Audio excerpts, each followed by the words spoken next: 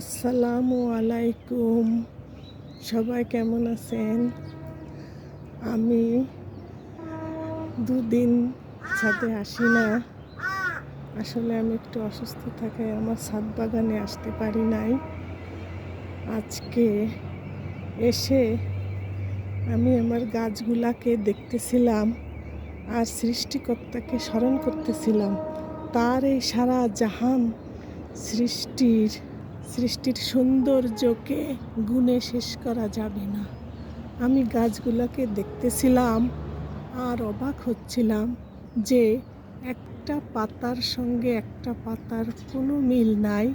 এক একটা পাতা এক এক রকম সুন্দর, এক একটা ফুল এক এক রকমের সুন্দর। হরেক রকমের ফুল আছে, কোনোটাই দেখতে অসুন্দর নাই। সব কয়টাকে এক এক রকমের সৌন্দর্য করে আল্লাহ দুনিয়াতে যে আরও কত সৌন্দর্য আছে সেগুলো দেখার সুযোগ হয়তো বা আমার মতো মানুষের নাই।